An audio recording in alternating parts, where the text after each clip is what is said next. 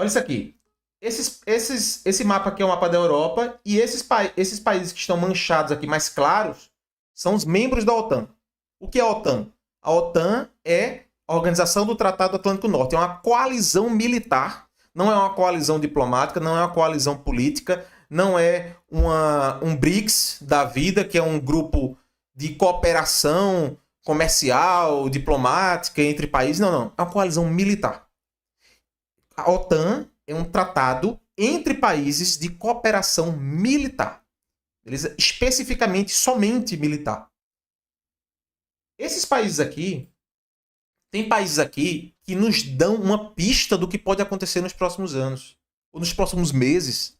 A Suécia, pessoal, a Suécia entrou recentemente na OTAN e a Suécia quebrou uma neutralidade ao entrar na OTAN de mais de 200 anos. A Suécia estava neutra, oficialmente neutra, em conflitos, em posicionamento, desde as guerras napoleônicas que acabaram em 1815. Mais de 200 anos de neutralidade. A Suécia disse, não dá mais. A ameaça russa é real. E eu não estou colocando aqui quem é bom e quem é ruim, não, tá? Eu estou colocando a realidade de tensão que existe atualmente. Você acha que a Suécia quebrar a neutralidade de mais de 200 anos e entrar num grupo onde ela se posiciona de um lado é bobagem? Vamos lá. A Finlândia, que também não estava na OTAN e entrou recentemente na OTAN. Olha o tamanho da fronteira da Rússia com a Finlândia. Isso é mais de 1.000 quilômetros de fronteira entre Rússia e Finlândia. A Finlândia entrou na OTAN após a guerra da Ucrânia. Quando ela viu aqui, olha, a guerra está acontecendo aqui. Veja que a Ucrânia não faz parte da OTAN.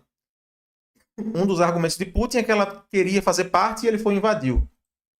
Mas se for por esse raciocínio, ele deveria invadir todos esses países bálticos antes mesmo da Ucrânia. Porque esses países bálticos já fazem parte da OTAN. Já estão na OTAN. Há muito mais tempo. Então, se o problema era ter um país da OTAN na sua fronteira, por que ele não invadiu esses países aqui? Por que ele não invadiu a Finlândia? Mas esses países aqui estão justamente com medo disso. Após a Ucrânia. Ah, professor, mas ele está sofrendo na guerra da Ucrânia. Mas o avanço sobre outro país pode ser justamente uma forma de desviar a atenção das dificuldades que ele está tendo na Ucrânia.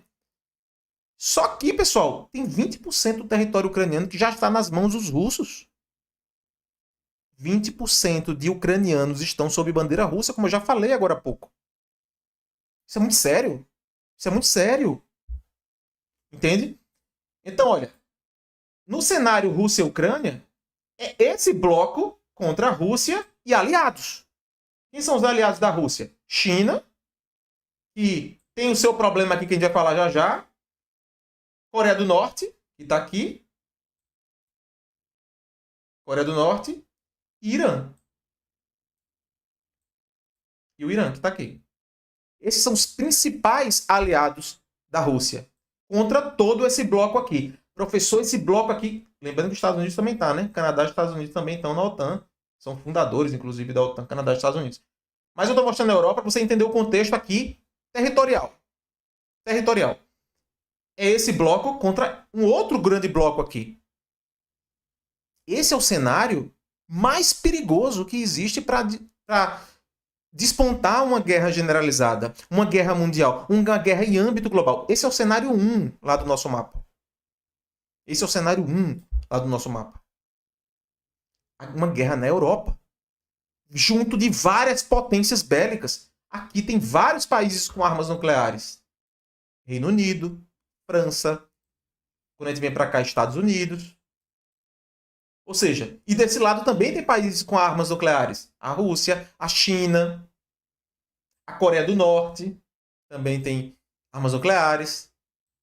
Ou seja, nós temos uma grande polarização que vem crescendo, principalmente com a entrada de países que nunca se pensou que iam entrar. Olha, e alguns poucos não estão. A Suíça, que ainda hoje é neutra, oficialmente, e a Áustria, que também não entrou na OTAN, dentre outros, né? Mas a Áustria porque ela fez um acordo com os países europeus depois que ela abandonou o nazismo, pós Segunda Guerra Mundial. uma das regras, um dos acordos para os aliados desocuparem a Áustria, que a Áustria também foi ocupada. A Áustria também foi dividida em zonas de ocupação feito a Alemanha. Só que lá foi muito mais curto. E a Áustria disse, olha, se vocês saírem daqui, eu nunca mais me vinculo com ninguém. Só saiam daqui, soviéticos e americanos. Só saiam daqui. E ela cumpriu. Até hoje ela nunca entrou na OTAN. Mas até quando ela vai segurar isso? Tem uma guerra aqui. Até quando a Áustria vai se segurar nisso? A Suécia não aguentou. Quebrou a neutralidade dela e entrou. Tá? Então, assim, deixa eu ver alguns comentários de vocês aqui. Então, por que a Rússia invadiu a Ucrânia e não outros países fronteiriços? E, Michael aqui, professor, qual seria a dificuldade da Ucrânia fazer parte da OTAN e assim frear a Rússia de forma forçada? Aqui, vamos lá para a primeira pergunta. Vou responder aqui, mas depois a gente voltar para esse tópico. Por que a Rússia invadiu a Ucrânia? Porque ela não era da OTAN. O motivo foi justamente o outro. Porque se ela invade logo de cara os países bálticos, há uma cláusula no Estatuto da OTAN, o artigo 5º da OTAN. Vocês conseguem ver o Estatuto da OTAN nesse mesmo site que eu estou aqui com esse mapa. Depois vocês entram, anotem para vocês entrarem, tá? Depois no site da OTAN. Tem todo o Estatuto da OTAN e tem inclusive em português. O artigo 5º da OTAN, ele diz que caso um país da OTAN seja invadido, não é se ele atacar outro país, mas se ele for invadido, todos os outros países têm obrigação de defendê-lo. Então, é lógico que um cara que quer se expandir sobre a Europa, ele não vai invadir logo um país que vai ter ajuda de imediato. Não, ele invadiu um país justamente que não é da OTAN. Ele pode testar, ele pode sentir até onde americanos e europeus vão ajudar os ucranianos. E é o que Putin está fazendo. Não ache que ele não está medindo o termômetro de quanto os americanos e os europeus vão até onde para ajudar a Ucrânia. A gente viu que teve altos e baixos.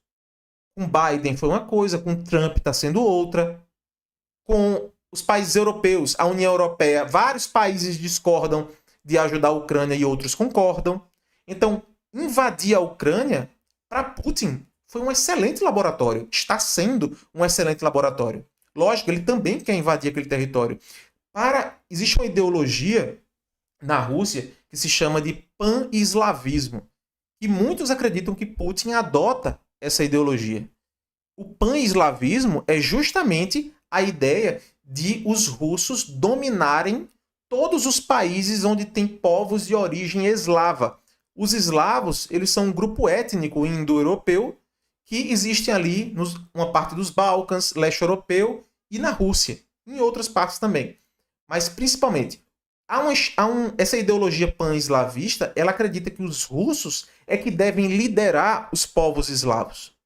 E Putin já falou, já sinalizou simpatizar com essa ideologia. Então, a guerra na Ucrânia, ela tem fatores econômicos, fatores políticos, fatores territoriais e fatores étnicos também, que envolve a origem daqueles povos. Porque os ucranianos são povos eslavos, os russos são povos eslavos, os poloneses, em sua maioria, são povos eslavos. Olha a Polônia aqui. Olha a Polônia aqui. Certo? Então, nós temos vários povos eslavos e acredita-se que a Rússia tem essa... A história nos mostra que sim. Né? Observe, o Império Russo avançou sobre o leste europeu. A União Soviética avançou sobre o leste europeu. O que os poloneses sofreram nas mãos do Império Russo e dos soviéticos não é brincadeira. Não é brincadeira. O que os ucranianos sofreram nas mãos desses estados russos também.